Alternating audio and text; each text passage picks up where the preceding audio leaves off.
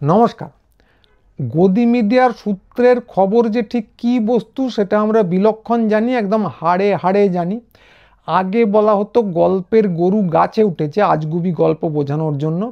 তো এখন গদি মিডিয়ার ক্ষেত্রে, গদি মিডিয়ার গল্পের ক্ষেত্রে বলা হয় যে গরু ব্যাপারটা ঠিকই আছে শাসক দলের কল্যাণে, কিন্তু সেই গরু এখন ইলন মাস্কের রকেটে চড়ে মঙ্গল গ্রহের উদ্দেশ্যে রওনা হয়েছে। তো গদি মিডিয়ার কল্যাণে আমরা কি কি জেনেছি? অনেক দিন আগে জেনেছিলাম যে ওই যে নতুন নোট হচ্ছে মোদি সাহেব এনেছিলেন, সেখানে নাকি চিপ বসানো থাকবে। তো যিনি বলেছিলেন তিনি চাকরি ছেড়ে চলে গেছেন, চিপও আর নেই, সে নোটও আর নেই, গল্পের গরু মঙ্গল গ্রহ ছাড়িয়ে ইউরেনাসের দিকে রওনা হয়েছে। আর কি জেনেছিলাম? ভারতে 1 কোটি বা 2 কোটি অনুপ্রবেশকারী আসছে বাংলাদেশ থেকে, এসে গেছে। তো বাংলাদেশের জনসংখ্যা হচ্ছে 16 কোটি, তার 8 ভাগের 1 ভাগ যদি ভারতবর্ষে ঢুকে পড়ে, সেটা কোন পাটিগণিত মতে সত্য বলা খুব কঠিন, কিন্তু গদি মিডিয়ার পাটিগণিতের কোনো সীমা পরিসীমা নেই, তারা নতুন ধরনের ক্যালকুলাস আবিষ্কার করেছে। গদি মিডিয়ার গল্প অনুযায়ী বিহারে রোহিঙ্গা পাওয়া যাচ্ছে প্রচুর। তো রোহিঙ্গাদের কেমন দেখতে আমি আপনি আমরা কেউই জানি না, কেউ কখনো দেখেছে বলে জানি না, 2-4টে নিশ্চয়ই ঢুকে পড়েছে, কিন্তু সেই জুজু তৈরি করার জন্য এর চারদিকে রোহিঙ্গা দেখতে পাচ্ছে, আর কেউ দেখতে পায় না, শুধু গদি মিডিয়া দেখতে পাচ্ছে। আশা করা যায় নোটের চিপের মতো কিছুদিন পরে এরা সেটা আর দেখতে পাবে না। আমরা আর কি দেখেছি? গদি মিডিয়ার বিপুল গল্পের কারণে যুদ্ধে, এই সাম্প্রতিককালে যে যুদ্ধটা হয়ে গেল, এতে করাচি, লাহোর, ইসলামাবাদ সব দখল হয়ে গেল। অনেকেই ভাবছিলেন যে এর পরের দিনে গিয়ে নয়া লাহোরে বাড়ি কিনবেন কিংবা আজাদ কাশ্মীরে বেড়াতে যাবেন। তো সেই গল্প ফুস করে হাওয়া হয়ে গেল। গদি মিডিয়া, এই যে বাংলার মিডিয়ার কথাই যদি বলেন, এরা ঘটা করে প্রত্যেকটা ভোটের আগে এক্সিট পোল করে এবং একজনকে জেতায়, কিন্তু আজ পর্যন্ত সাম্প্রতিককালে একটা তো মেলেও নি, বরং ভোটের ফলাফল ঠিক উল্টো দিকে গেছে। এ কী ধরনের বৈজ্ঞানিক বিশ্লেষণ, যাতে করে সব জিনিসই উল্টো দিকে যায় এবং তারপর শোধরানোর কোনো চেষ্টা না করে আবারও ঠিক সেই জিনিসই দেখানো হয়। কোনো ইউনিভার্সিটিতে এই জিনিস করার জন্য পয়সা নিয়ে চললে অধ্যাপক বা রিসার্চার যিনি করছেন তার মুন্ডু কাটা যেত। এ তো গেল যুদ্ধের খবর। এর আগে আমরা কি জেনেছি? আরজিকর হয়ে গেল কিছুদিন আগে। খবরের কাগজে বড় বড় করে প্রথম পাতায় ছাপা হয়েছিল, সব দেহের সঙ্গে সঙ্গম করে নিয়মিত পর্নোগ্রাফি বানানো হচ্ছে। পড়ে অনেকেরই গা গুলি উঠেছিল, আমারও। কিন্তু তারপর শবদেহ খুঁজে পাওয়া গেল না, পর্ণও খুঁজে পাওয়া গেল না, কারা করেছেন সেটাও জানা গেল না, এবং এই গয়টা পুরোটাই ধামা চাপা পড়ে গেল। গল্পের গরু এবার ইউরেনাস ছাড়িয়ে, শনি ছাড়িয়ে সৌরজগতের বাইরের দিকে চলল। এছাড়াও আরও কত কিছু জেনেছি তো বটেই। সিবিআই সূত্র উল্লেখ করে এরা যা যা জানাতেন, আর নতুন করে বলছি না, তার প্রত্যেকটা গুল তার জন্য এদের প্রত্যেককে চেপে ধরা উচিত। এবং সাংবাদিকতা যদি ডাক্তারি হতো তাহলে এদের প্রত্যেকের লাইসেন্স বাতিল হতো। আর যদি কোনো কর্পোরেট চাকরি হতো গদি মিডিয়ার বদলে, গদি মিডিয়া তো ক্রনিক ক্যাপিটালিজম, মানে বাবা বাছা করে রেখে দেওয়া হয় তুমি যত অপদার্থই হোক, তা না করে সত্যিকারের কোনো কর্পোরেট হলে সেই মুহূর্তে প্রত্যেকটি সাংবাদিকে চাকরি যেত এবং হাতে বাটি নিয়ে ভিক্ষে করতে বসতে হতো। তো মৃতার শরীরে নাকি বীর্য ইনজেক্ট করা হয়েছিল, আমি নিজের কানে শুনেছি, একটা টিভি চ্যানেলে বলা হচ্ছে। যিনি বলছেন তিনি একজন আবার ডাক্তার, সেটা হই হই করে দেখানো হচ্ছে, এবং আইএমএর নাকি পদাধিকারী। এই কথা যদি ওই কোনো ডাক্তার অন্য জায়গায় বলতেন, যার মাথায় হিন্দুত্ববাদীদের স্নেহস্পর্শ নেই, তাহলে নিশ্চিতভাবেই তার ডাক্তারি বিদ্যাটি চলে যেত। একজন উকিল আদালতে গিয়ে বলছিলেন যে তিনি একজন ফরেন্সিক বিশেষজ্ঞ তাকে বলেছেন ধর্ষণ হয়েছে, গণধর্ষণ হয়েছে, তার প্রত্যক্ষ প্রমাণ আছে। তো সে প্রমাণ আর পাওয়া গেল না, কিন্তু উকিলও বহাল তবিয়তে, আমাদের সেই ডাক্তারও বহাল তবিয়তে। তা এই হলো গদি মিডিয়ার ক্রেডেনশিয়াল। এবং এই যে বাকিগুলো আপাতত বাদ দিলাম, এই যে বাংলাদেশি, রোহিঙ্গা, এগুলোকে ঘিরে যেটা শুরু হয়েছে, এগুলো নির্বিষ একেবারেই নয়, নির্দোষও একেবারেই নয়। সারা ভারতবর্ষ থেকে বাংলাদেশি সন্দেহে বাঙালিদের পিটিয়ে তাড়ানো শুরু হয়েছে। আগে একটা অনুষ্ঠান করেছি, পরেও করব, দেখবেন। তো আজকে আমরা বলছি গদি মিডিয়ার এই সূত্রের খবর নিয়ে, যে এগুলো একেবারে নির্দোষ বা নির্বিষ না, কারণ এইগুলো পড়ে কেউ কেউ প্রভাবিত হন। ভদ্র সমাজ তো একেবারে ধেই ধেই করে নাচেন কিছু একটা তুলে। তো তখন যা হয় যে জাঙ্গিয়ারও বুক পকেট হয়, সেই বুক পকেটে দেখা যায় আবার একর একর জমি আছে, সেই জমিতে গাছ হয়, সেই গাছ বেড়ে বেড়ে জঙ্গল হয়, সেই জঙ্গলে হনুমান ফলে, এবং সেই হনুমান তারপর বাঙালি হলেই বাংলাদেশি বলে দাপিয়ে বেড়ায়, যেটা আমরা এখন দেখতে পাচ্ছি।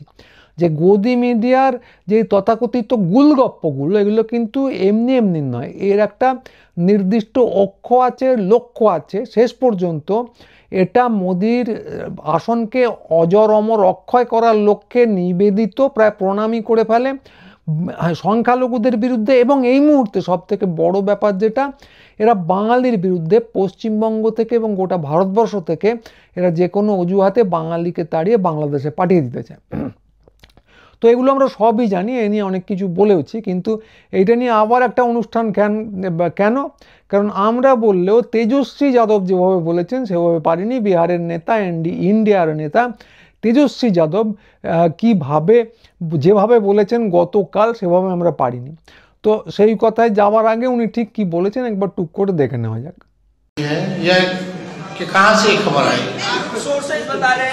सूत्र बता रहे हैं, हम उस सूत्र को मूत्र समझते हैं।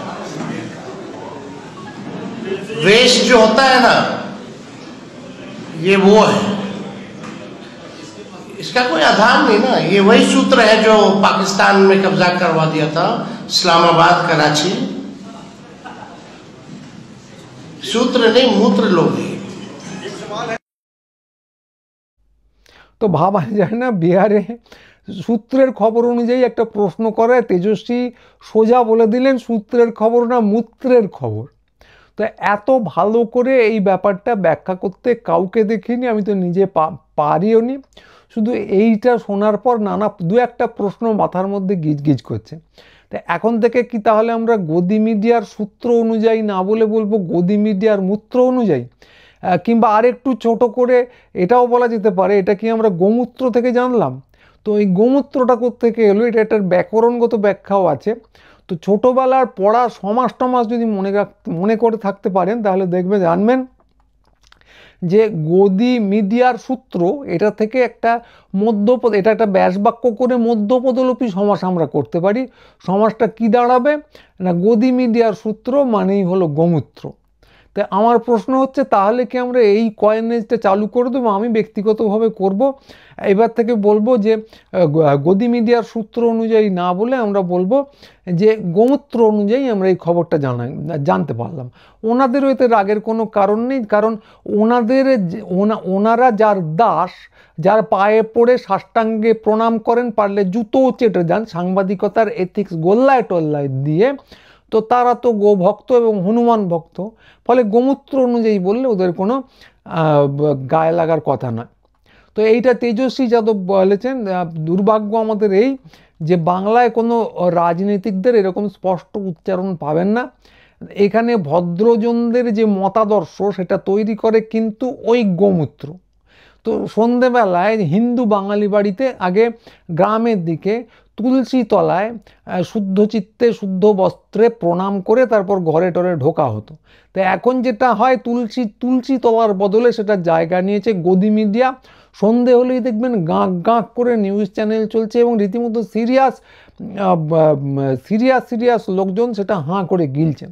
তো এরা জানেন না তা নয় যে টিভিতে যা দেখানো হয় তার 90% গুল, এবং বিশেষজ্ঞ হিসেবে যাদের নিয়ে আসা হয় তাদের কোন যোগ্যতায় নিয়ে আসা হয় তার কোনো কুলকিনারা পাওয়া যায় না। এবং পাড়ার মোড়ে চায়ের দোকান থেকে নিয়ে এলে তারাও এর থেকে ভালো কিঞ্চিত ভালো ধারাবিবরণী দিতে পারত। এবং সঞ্চালক যারা আছেন তাদের যে গুণের কথা বলে তো শেষ করা যাবে না।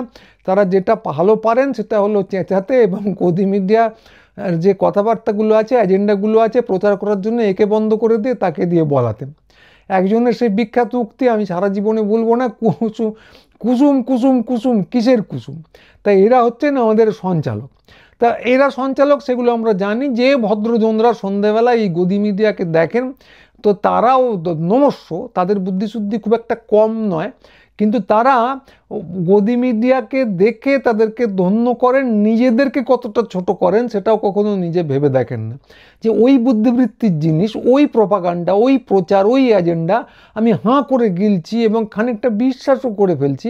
এতে করে ওদের কিছু এসে যায় না। আপনি নিজের বুদ্ধিবৃত্তিকেই খাটো করলেন, নিজের বুদ্ধিবৃত্তিকে ওদের মতো একটা তৃতীয় শ্রেণীর জায়গায় বন্ধক রেখে এসে বসে দেখতে শুরু করলেন।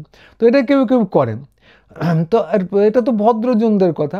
যারা যে বিশেষজ্ঞরা আসেন বা রাজনীতিকরা আসেন তারাও কিন্তু এদের চটাতে ভয় পান। আরজি করের কথা ছাড়ুন, সেখানে তো অনেক গণরোষের ভয় ছিল, অনেক গোলগাপ্পি হয়েছে সেখানে।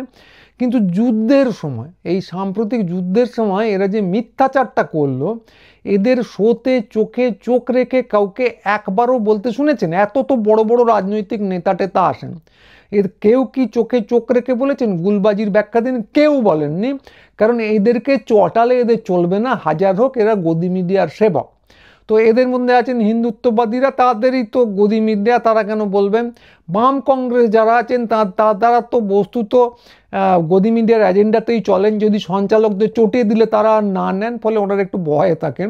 আর তৃণমূল মাঝখানে বয়কট করেছিল, তারপর তাদের মনে হলো যে ওরে বাবা, গদি মিডিয়ায় না গেলে তো আমাদের মান সম্মান থাকছে না, ফলে তারাও সাষ্টাঙ্গে প্রণিপাত করে ফেললো। ফলে চোখে চোখ রেখে বলার সাহস পশ্চিমবঙ্গে কাউকে দেখবেন না। যুদ্ধের ব্যাপারটা কিন্তু লক্ষ্য করে যদি দেখে থাকেন, তেজস্বীও সেটা বললেন, কিন্তু পশ্চিমবঙ্গের কোনো রাজনীতিককে সেটা বলতে দেখবেন না। তেজস্বী এবং বিহারের ইন্ডিয়া জোটের নেতারা যেগুলো বলার ক্ষমতা রাখছেন, তার থেকে অন্তত এইটুকু আন্দাজ পাওয়া যাচ্ছে যে বিহারে কিন্তু আচ্ছে দিন এবার আসতে চলেছে বলে মনে হচ্ছে, সত্যিকারের আচ্ছে দিন, আমাদের গদি সাহেবের আচ্ছে দিন না। তো যাই হোক, বাংলা নেতাদের খুব বেশি সমালোচনা করব না। অনেক ঢোক গিলে টিলে সবকটা পার্টি দেখলাম বাঙালিদের যে তাড়ানো হচ্ছে সারা ভারতবর্ষ থেকে, তার বিরুদ্ধে মিছিল ডেকেছে। 15 তারিখ সিপিএমের মিছিল আছে, 16 তারিখ লিবারেশন এবং তৃণমূলের মিছিল আছে। এগুলো সত্যি সত্যিই কিছু করার জন্যে নাকি লিপ সার্ভিস, শুধু মুখে বলবো একটুখানি, কেউ জিজ্ঞাসা করলে বলবো যে আমরা তো বাবু একটা মিছিল করেওছি, তো সেইটা কিনা দেখা যাবে মিছিল হলেই। কে কতটা আওয়াজ তোলেন, গদি মিডিয়ায় যারা যাচ্ছেন তারা অন্তত গিয়ে এই আওয়াজটা তুলছেন কিনা সেটাও আমরা লক্ষ্য রাখবো। কিন্তু আপাতত শুধু সমালোচনা না করে একটু আশা রাখা যাক যে বাঙালির যে জাতীয় ঐক্যের কথা বলেছিলাম আগের দিনের ভিডিওতে, একটু দেখে নিতে পারেন, সেটা হয়তো হলেও হতে পারে, আশার আলো দেখা যাচ্ছে। তো এই আশাবাদী নোট নিয়েই, আশাবাদী একটা কথা বলেই আজকের অনুষ্ঠান শেষ করব। পরের অনুষ্ঠান নিয়ে খুব তাড়াতাড়ি আসবো, এবং আবারও বলছি রোজ হয়তো হবে না, কিন্তু নজর রাখবেন আপনারা, আর অতি অবশ্যই গুরুচণ্ডালী সাবস্ক্রাইব করবেন। তো আজকে এইটুকুই, সবাই ভালো থাকবেন, নমস্কার।